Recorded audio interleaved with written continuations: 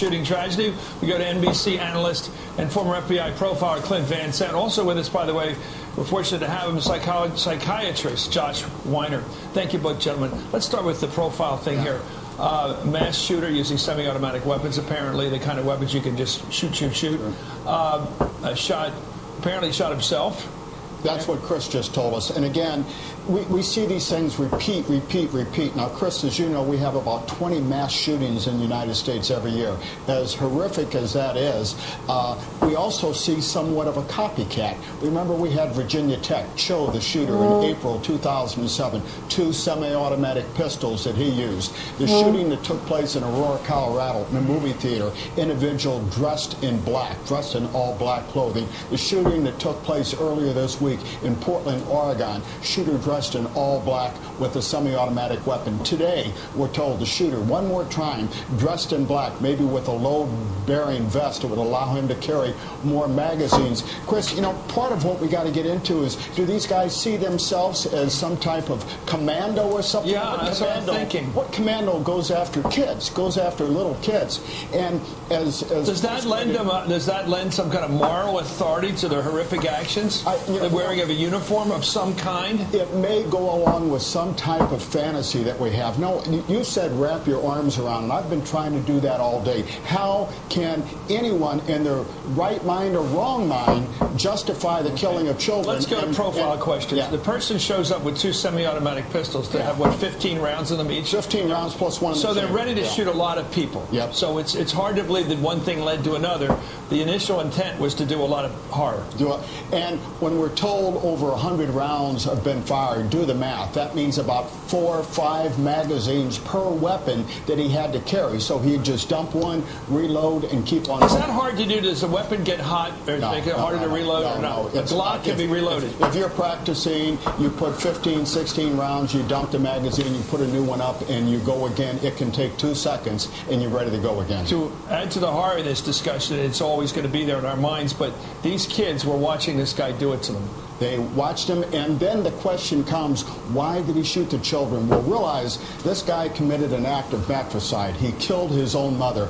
I've been involved in situations as an FBI agent where that has happened. If you do that, you're capable of doing anything. There's no God in your life after that. There's no limit to what you'll do. There's no God in your life after that. Chris? She was a kindergarten teacher. She had children that loved her, and she loved them. When this guy came in, and I don't want to go Freudian on us, but when this guy came in, when he shot his mother and turned on those children were part of his mother, and she was part of them. He killed what his mother loved. He killed what that school appreciated, and he killed that. And what his mother was paying attention to, the people in those rooms were the mother's trusts, and she obviously cared for those kids. I don't know. I'm not a psychiatrist. You're a psychiatrist. Right. And even as a psychiatrist, it's so hard to know why people do some of these horrific things. But I do think that what Clint said at the end there is what I agree with, which is that perhaps this guy was going after his mom, and he wanted to wipe out everything that she cared about. So he may have known over the years just how much she loved these kids. So as an extension of her, he could kill these kids, and that would really be a way to get back at his mother. I also think that some people, they want to do these things because they want to be recognized on a grand stage. And by going he killed his mother somewhere else, then went to the school. That doesn't get the attention that this gets because we have so many school children, innocent victims the kids who have been killed. And I think that makes him maybe feel like he's special. Okay, let's go back. I don't want to get beyond the facts, but here's a guy. We've got 28 people dead right now. Another scene, we don't know what that's about. His father's still alive. It's about his mother. She's teaching kids kindergarten, K to 4, as we say. He goes in during the class. He goes in he apparently shoots a bunch of the administrators in the school on his way in. So it was during school time. He obviously thought about it last night. He went to work this morning. He went to this horrible situation. My question about this whole thing is suicide part of this pact this person makes with himself? There seemed like no other reason except that he planned to do it. We see suicide, from the profiling standpoint, I see suicide so much because it's my belief the individual just doesn't want to be held responsible. There may be part of him that realizes I've done this horrific act, I deserve to die, but when I see people kill themselves in a situation like that, I believe they're trying to remove themselves and the scrutiny of themselves and their actions from the public. They've taken that away from us. They don't allow us to look at that. They take take that secret to the grave. And they don't want to be captive to us afterwards. Anyway, we'll be right back. Thank you, Josh. We'll be right back. Josh Weiner will be back with Cliff Van Zandt as well. You know, I remember when Bobby Kennedy was killed by a guy carrying a pistol. And out in Los Angeles, and Johnny Carson, we all liked in those days, went on television and said, I've never asked the people to ever do anything like this, but write your congressman. So I dutifully wrote my congressman. But I've noticed about gun control, but I've noticed over the years that the people who care about reasonable gun control, get concerned when an emotional horror like this occurs.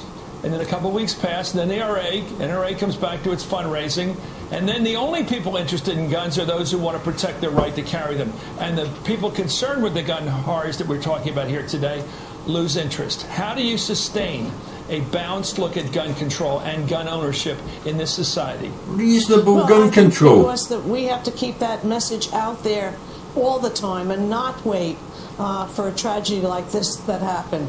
Excuse me. You know, when you think about it, a couple of weeks ago we had a shooting with an NFL player. One of the commentators, I mean, he couldn't believe the hate mail he got. He couldn't believe how people came down after him. Well, that's why people are afraid to speak out. They're afraid of the NRA. They're afraid of the large lobbyists. And that's the same thing, Chris, as the members of Congress, whether a Republican or Democrat. You see that they cow behind and not getting anything done instead of standing up. They're afraid they're going to lose their next election. Well, you know, if we can save a whole bunch of lives, isn't that what we're supposed to be in Congress for? It's not taking away the right of someone to own a gun. You can't be elected the United States Senator from Pennsylvania unless you're for gun rights, totally, 100%. I just know the facts, and I know that's true in Ohio and Michigan, states like that. We've got another person here, Colin. Thank you for joining us. You were at Virginia Tech. You were a survivor down there, and I'm glad you were. Here you are. But a lot of people in the gun ownership side, the Second Amendment people or zealots, say if a bunch of people have guns, they could shoot this guy down when he walked in the door. Then we'll say, I can imagine it will be heard in days ahead. If some of those school officials had been armed, they could have stopped him before he got to the kids. You'll be hearing that argument. Your thoughts on that? Right, you'll be hearing it, but I don't quite understand it. I mean, we are the most armed country in the modern world, and we have the most problems with gun violence. You know, I mean, if more guns solved our problems, then, you know, we'd be the safest country already.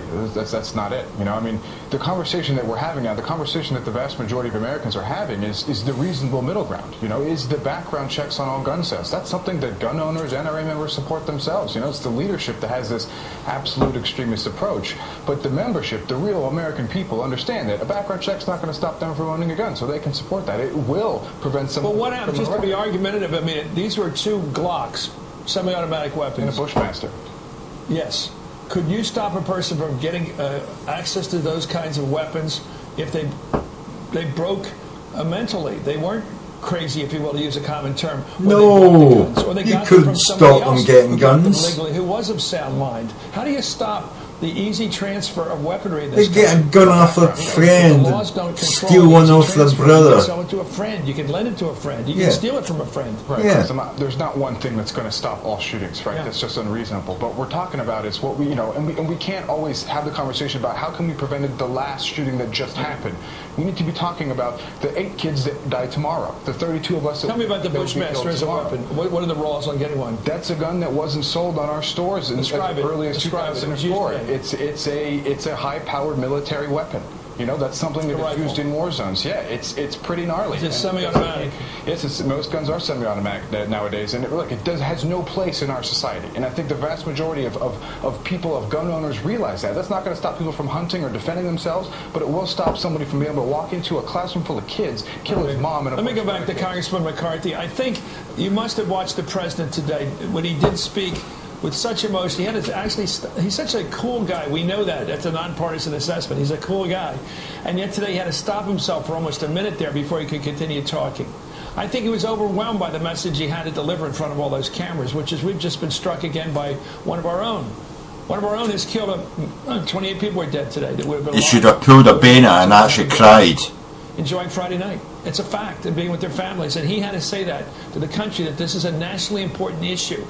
How do you get across the fact that this isn't just the kind of thing that has to happen? It's a kind of thing that might not happen if you do the right thing as politicians, including the president. Well, I would say to the president, there are politicians out there You have the Brady Center that's been working on this for years.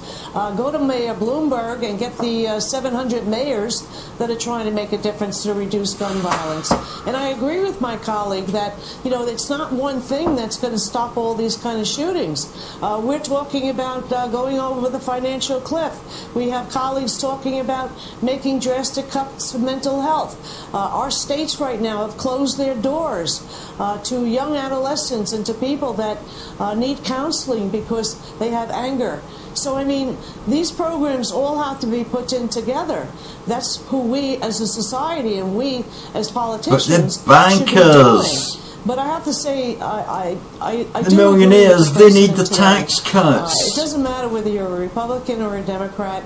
I know an awful lot of NRA members that agree on the background checks. I agree that when we passed legislation after Virginia Tech, but we haven't had it fully funded. But the millionaires need the tax cuts. Adjudicated to be mentally ill, has a domestic violence or a felon, they should not be allowed to have guns, but they're sitting in a courtroom somewhere because we cannot computerize them because they don't have the money to do it. So it's a whole bunch of things that we can do.